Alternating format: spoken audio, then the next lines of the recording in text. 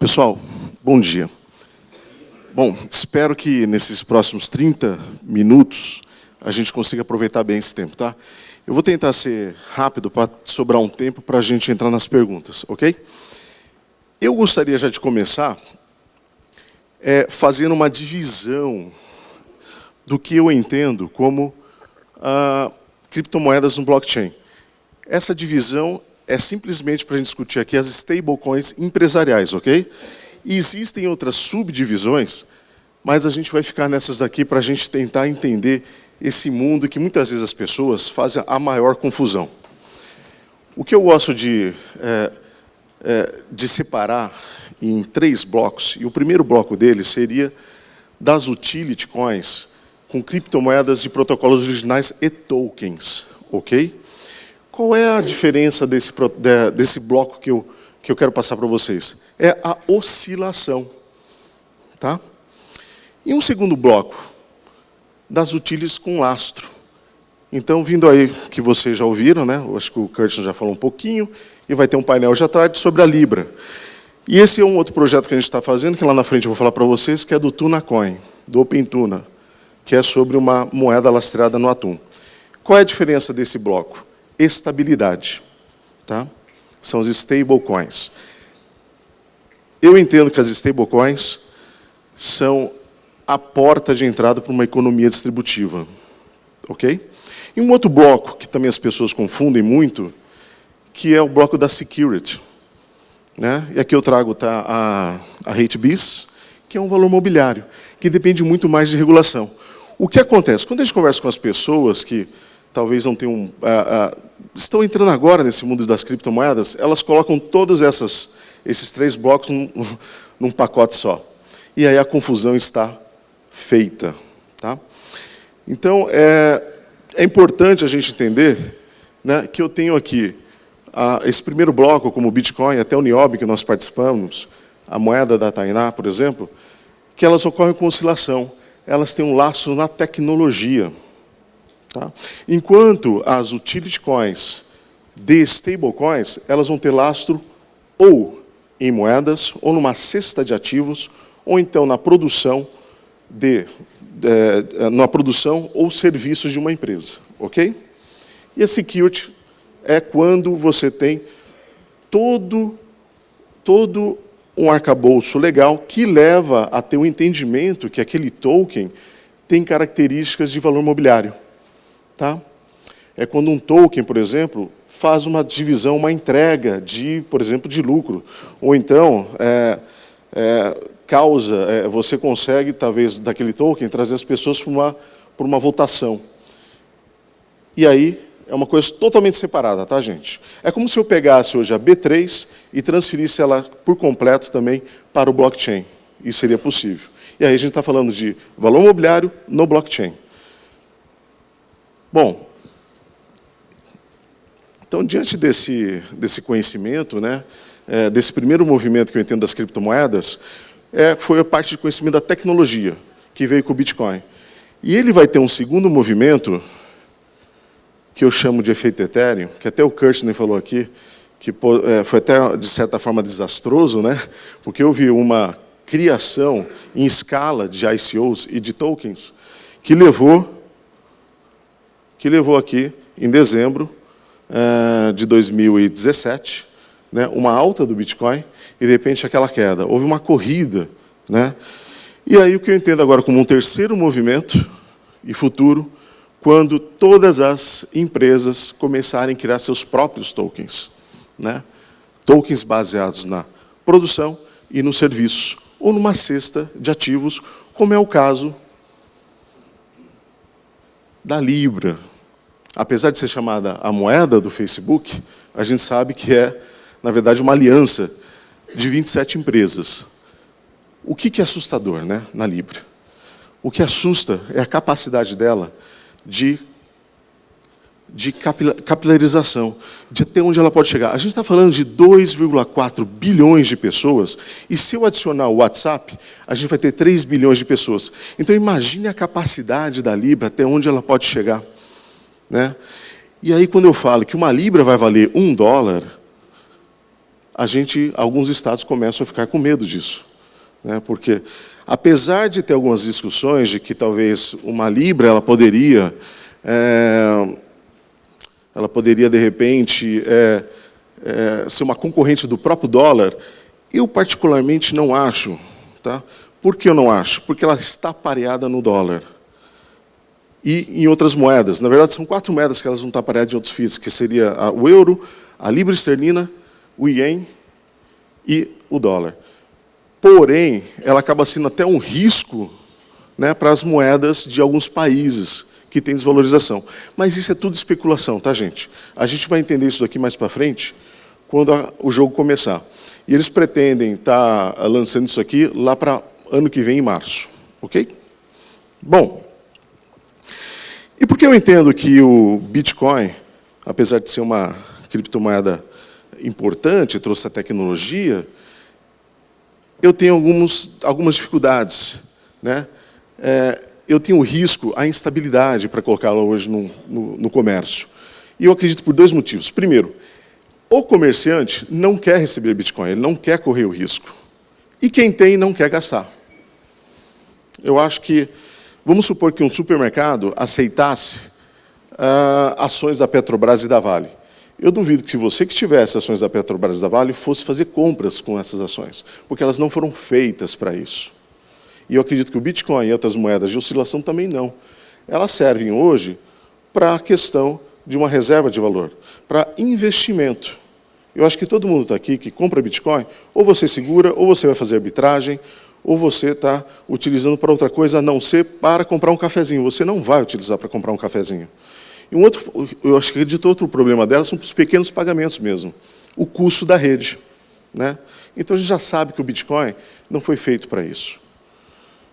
Mas sim, ele tem um lado bom para grandes pagamentos, para, de repente, se eu pretendo fazer uma remessa para um parente que eu tenho nos Estados Unidos, preciso mandar $500, eu posso usar o Bitcoin como uma forma de fazer isso, ok? Agora, as moedas estáveis, as stablecoins e as stablecoins empresariais, nós entendemos que sim, ela tem várias vantagens.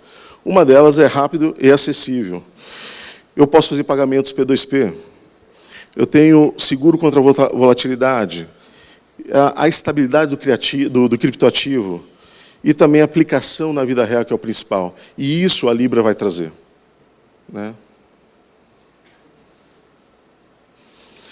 Bom, e a nossa empresa, desde quando ela foi criada, em 2017, ela já tinha essa filosofia de defesa dessa economia distributiva com as stablecoins.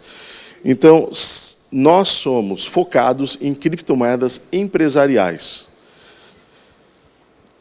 Para quê? Para trazer a liquidez no uso do dia a dia. Qual é a ideia disso?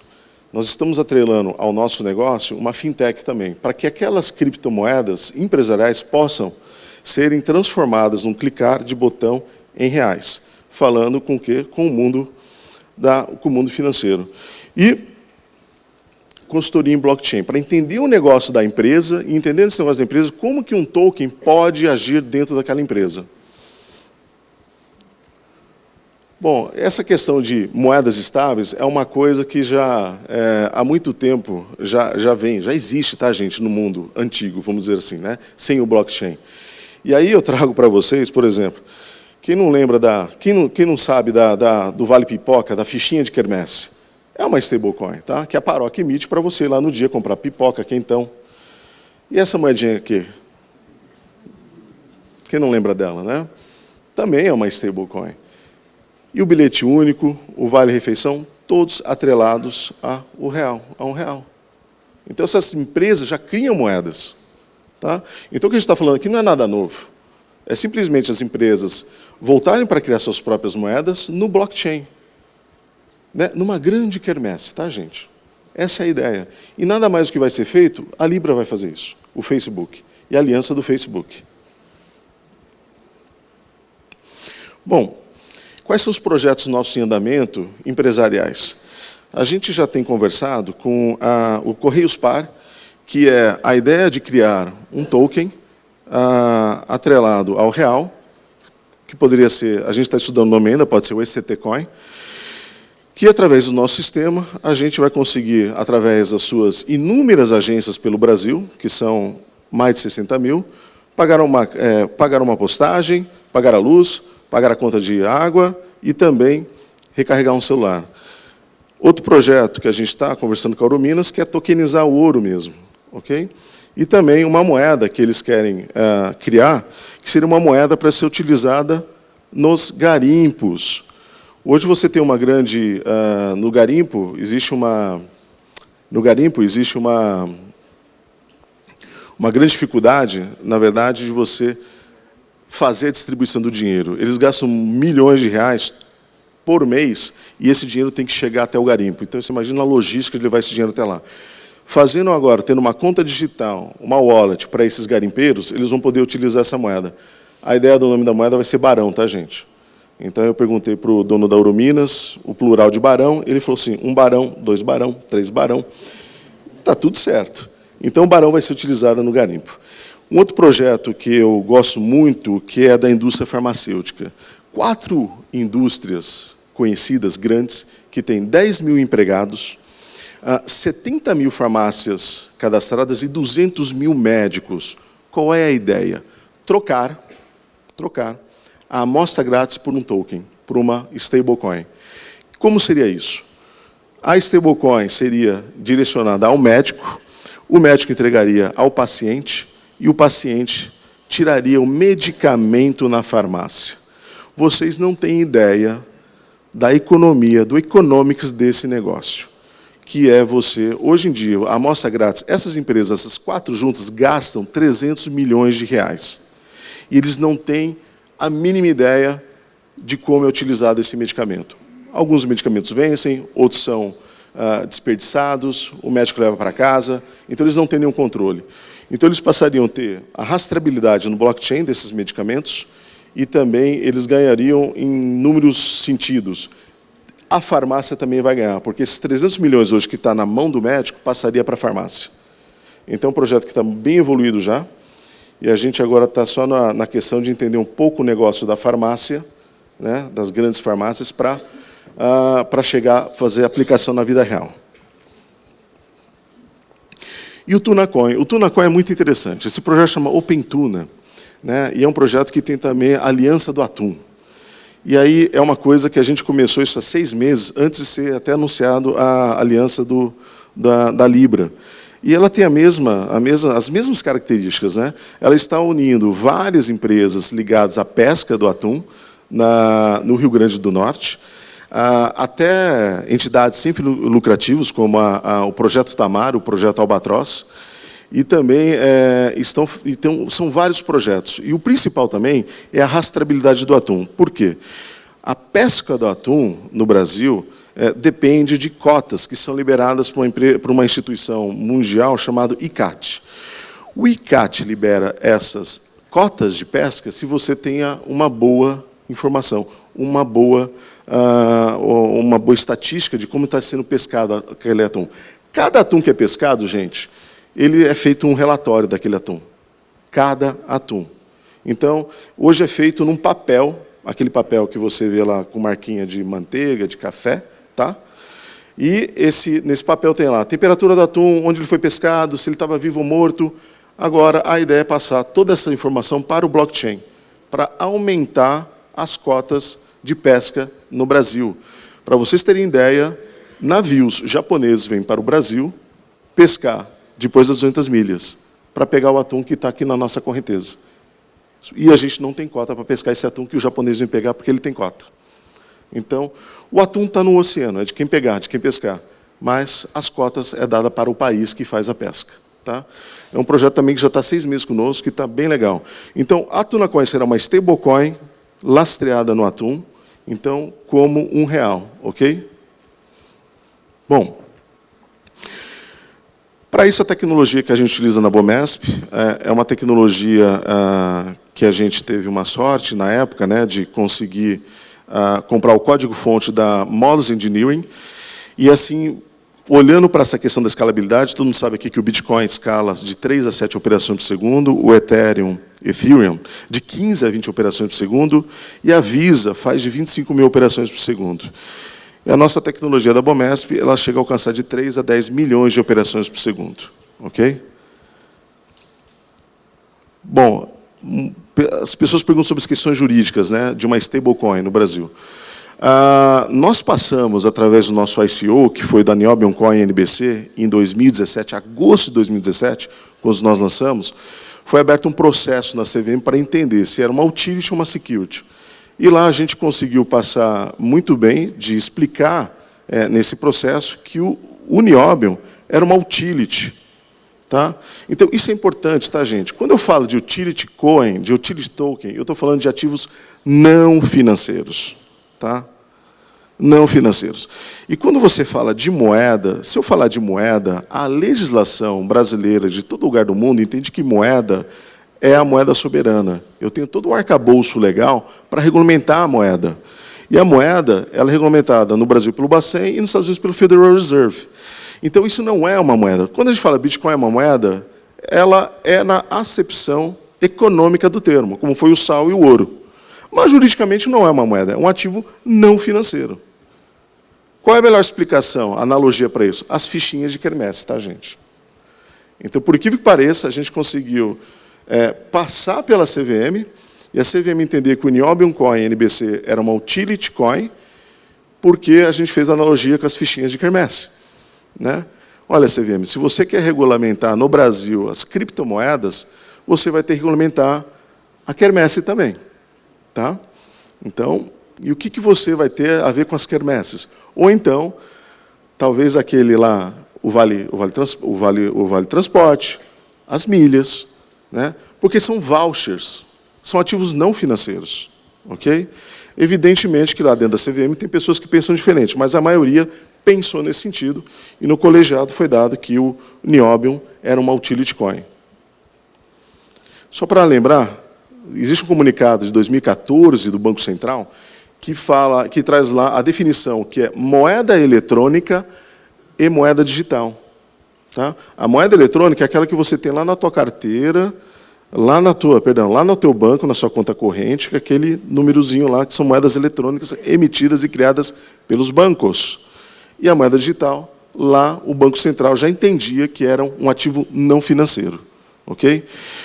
Bom, e com aquela questão mesmo daquele efeito Ethereum, do Ethereum, né, que o Vitalik Buterin trouxe à plataforma Ethereum, que agora tinha funcionalidades nos tokens, e eu poderia emitir tokens que tinham características de valor imobiliário, assim a própria CVM tem legislação para regulamentar isso daí, tá, gente?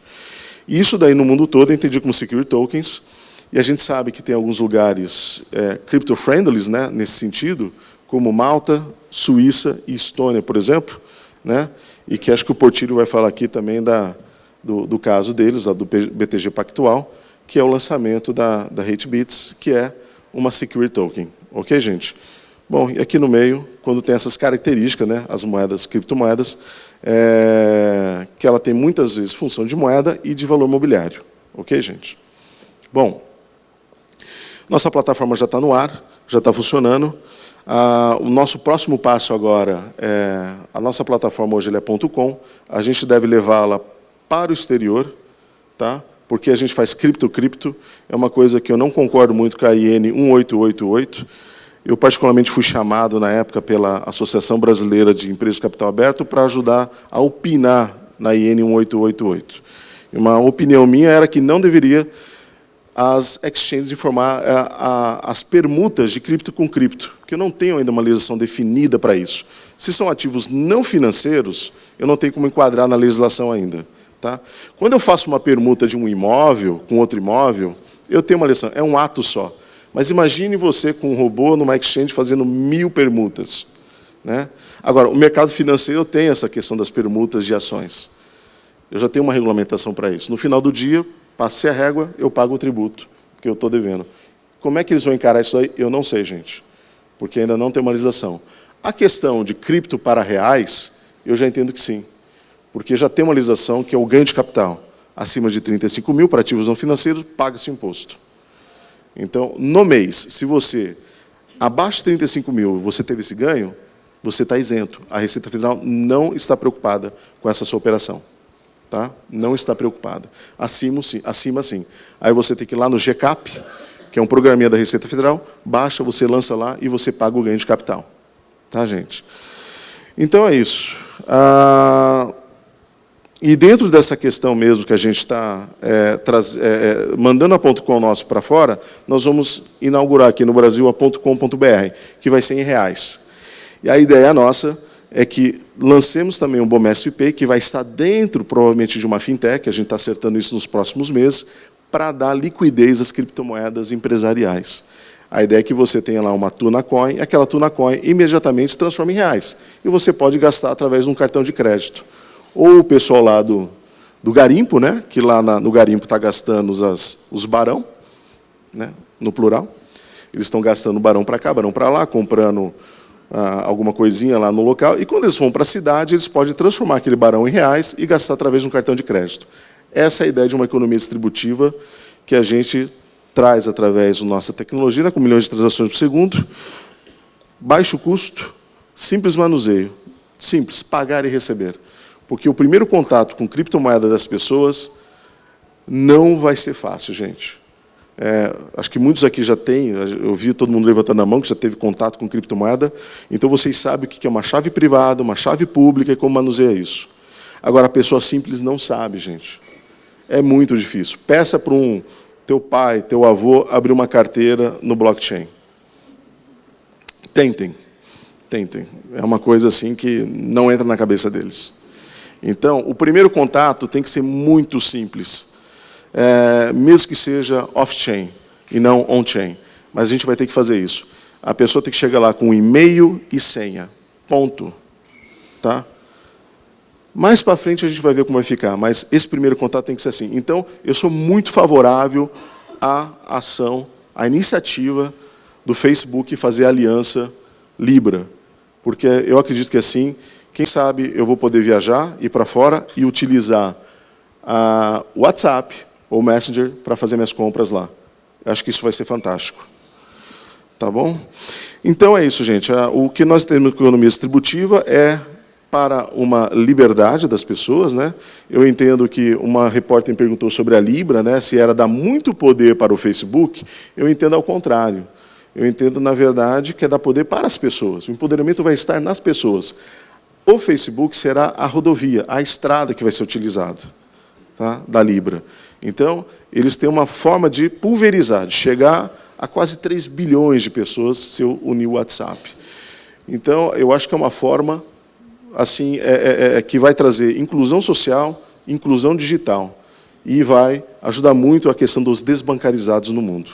Okay? E essa é a nossa filosofia também, gente. Então, a gente, só passando rápido aqui, né, o tipo de tecnologia que a gente quer utilizar para isso, com custo quase zero da rede. Ok? Então, sejam bem-vindos à economia distributiva. Obrigado, pessoal. Agora eu tenho...